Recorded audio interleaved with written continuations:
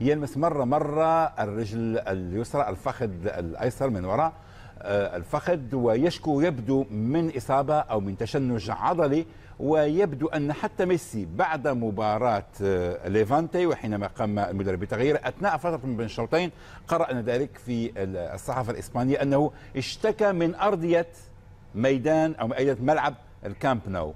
الإصرار على، وحتى ميسي كان قبل أن يبدأ الدوري كان هناك مشكوك في أمره، هناك من قال بأنه قد لا يشترك.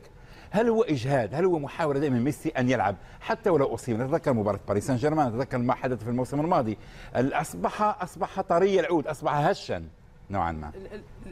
لا أظن أنه أصبح هشا، ولكن خالد أظن لم يتعافى جيدا من الإصابة. نعم. شوف، لا، أصبح هشا بالنظر أنه لم يتعافى. أصبح سهل الإصابة.